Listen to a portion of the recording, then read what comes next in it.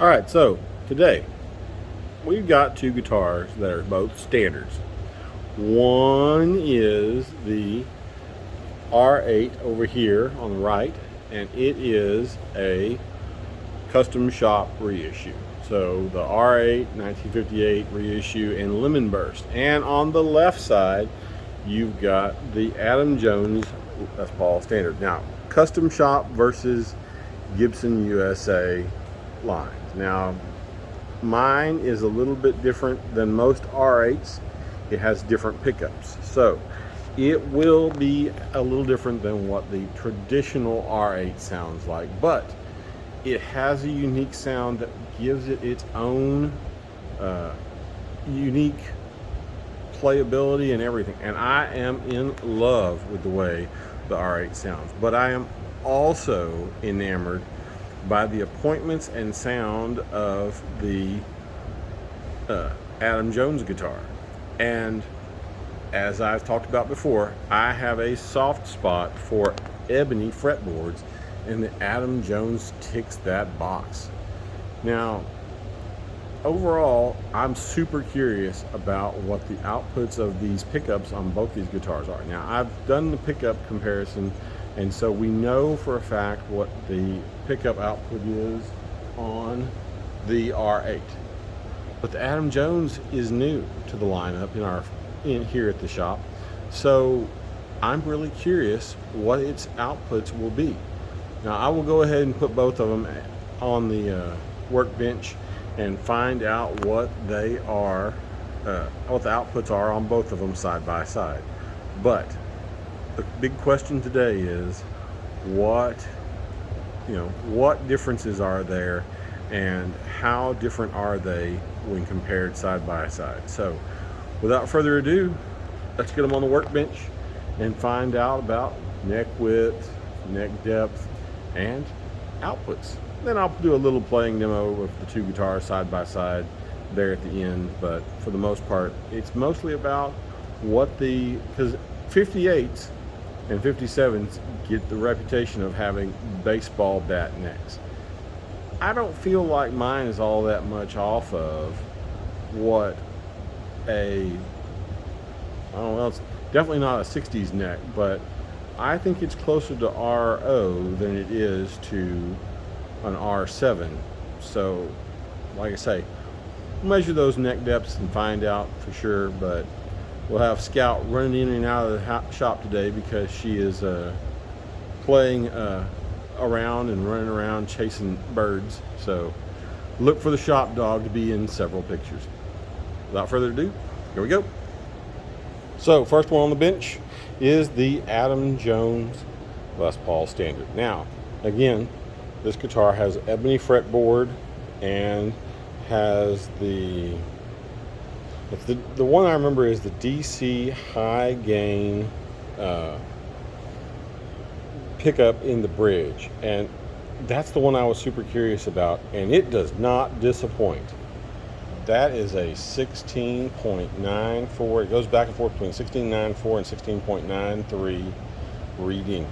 And for rhythm, the neck pickup is a 7.82. Now, the 7.82 is more akin to what we see on the, because I think the custom buckers are, I think the Burst Bucker 1 and Burst Bucker 2 are what's in the 58. I'll make sure and put the right description in the comments, but they were like 7.58 and 7.68 or something like that. So these pickups right here are actually a little bit hotter, which actually makes sense, but look at that reading on the neck pickup. That's a stout pickup.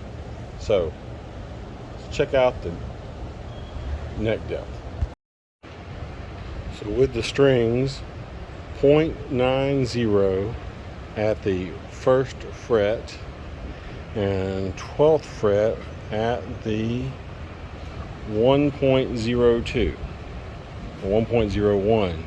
Now, realistically, you're not really getting, this neck profile is actually pretty slim feeling I really do think that what we're seeing on that is that you're getting a lot of the string on that, and I probably could take the strings off and get it, but let's just see how that compares to the R8.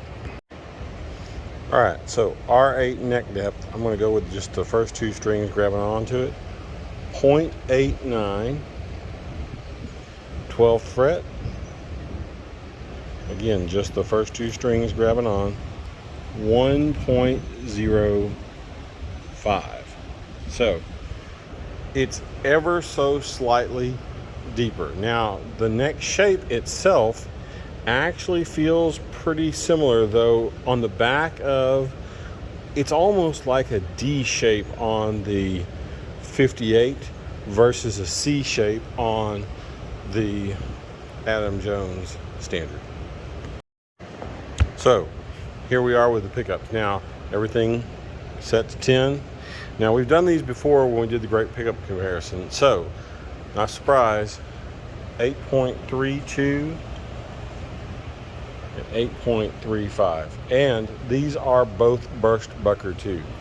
So 8.35, 8.32, so these are within just a fraction of each other, and then 4.17 in the middle. Now again, these are not standard in an R8. These are burst bucker 2s, so they are a little bit different because this one was put together by the Gibson mod shop / demo shop. So it is a little bit different in that regard. So the guitar itself is not indicative of what you would get every single time, but comparatively speaking, there you go. That means that the bridge pickup on the Adam Jones is incredibly hot compared to the bridge pickup on this one. And now I'm going to do the neck profiles so you can see we can get a good idea as to exactly how they appear next to each other. So these are the neck profiles. On the left is the R8, and on the right is the Adam Jones. And you can see how the Adam Jones seems slimmer but wider than the R8 does. Now like I say, this is at the first fret with the gauge pushed up to match up to the top of the first fret depth. And here's the shape at the 12th fret. Now, this is the R8, this is the Adam Jones. And again, wider looking, but deeper on the R8. So it's a little bit probably easier to shred up high because it's not as deep and not as deep, but a little bit wider, so the strings are a little bit further apart. But overall, very, very similar, not exactly the same, but when you feel it, it almost feels like this particular R8 has a flat spot, even though it's billed as a rounded, I think they call it a 58 replica rounded C. This particular one is just a little bit different than that, I think. I'm not sure if this was just one that was slipped through with a different neck on it or what, but it is definitely, when we looked at the electronics, it's definitely listed as an R8 body. So maybe this one has a slightly different neck, but overall it feels great, and both of them feel really comfortable to play. So I guess the next thing to do is plug them in.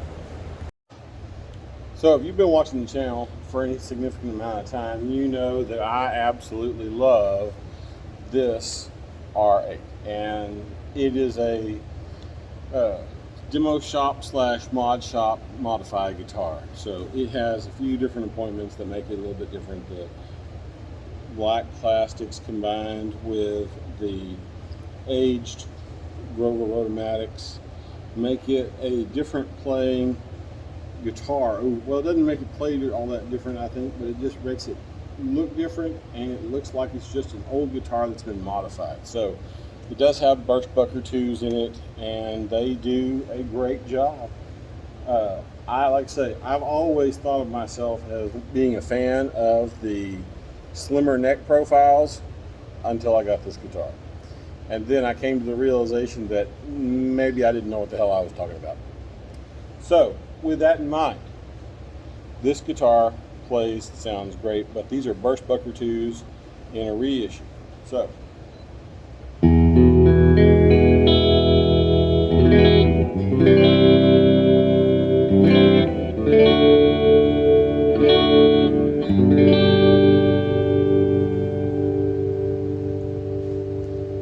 and they have a very crisp sound that is absolutely just easy to adore.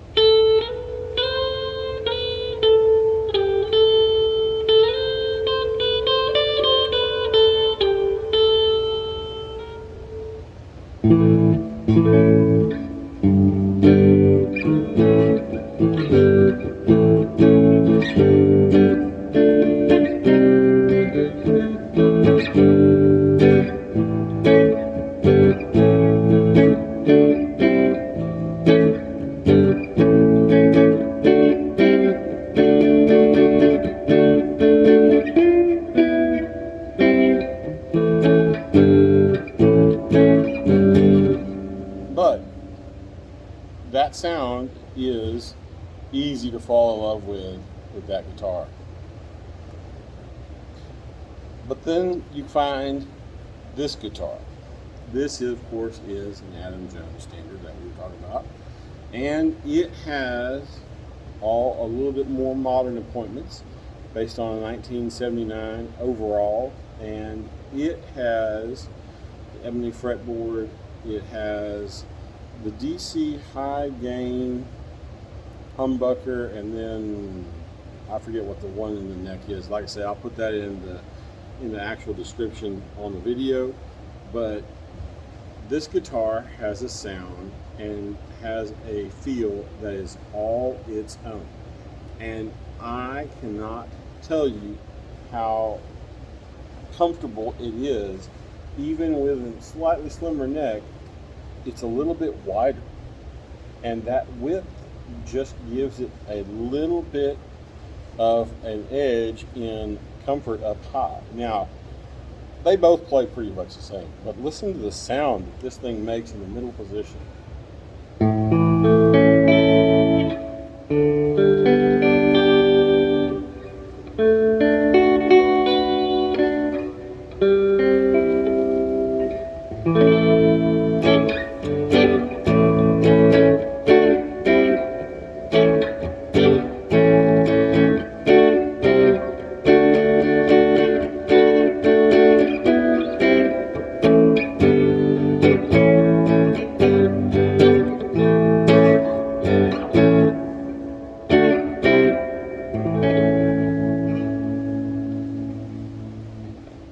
This thing just wailed, and this is all the same settings. Nothing's been changed on the amplifiers. Everything is exactly the same, and it is a significantly higher output guitar. Now, part of that is the bridge pickup, but the wiring is very similar on these guitars. I didn't pull the parts out, but this one is supposed to be wired with orange drops, and we discovered something similar in the R8. I believe maybe that was the Bumblebees, but no matter how you look at it, they're hand wired versus the PCB system that you see in most of these modern guitars. So this guitar has a very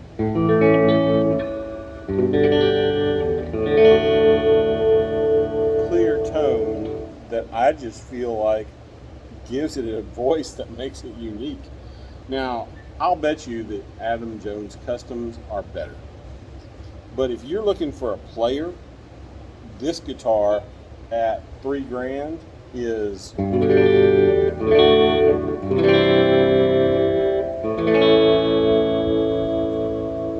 this one's a player. Like I say, it's got all the right sounds.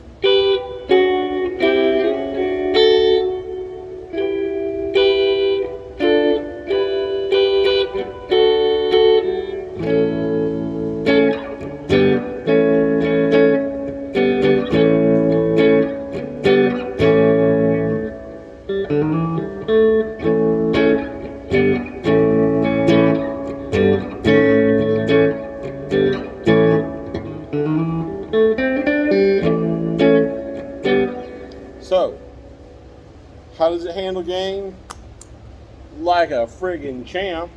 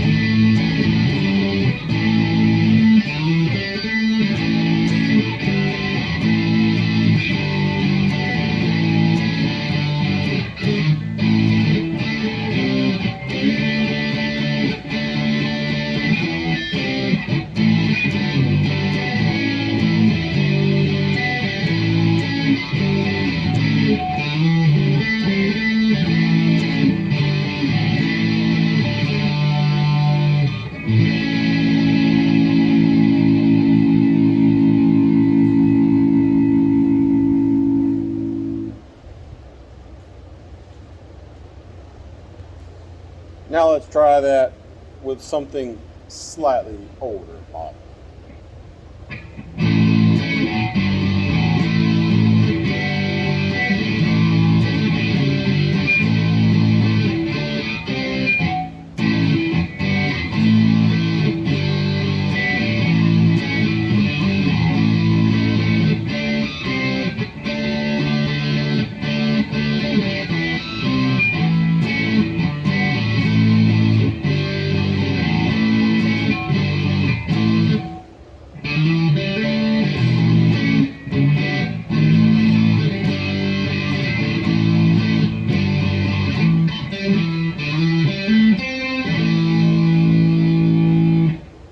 Each of them has their own feel, but if you're looking for a guitar, but this one, if you go down to Sweetwater, Guitar Center, American Musical, all of them are going to have these guitars for in the area of 4,400-ish, 4,500.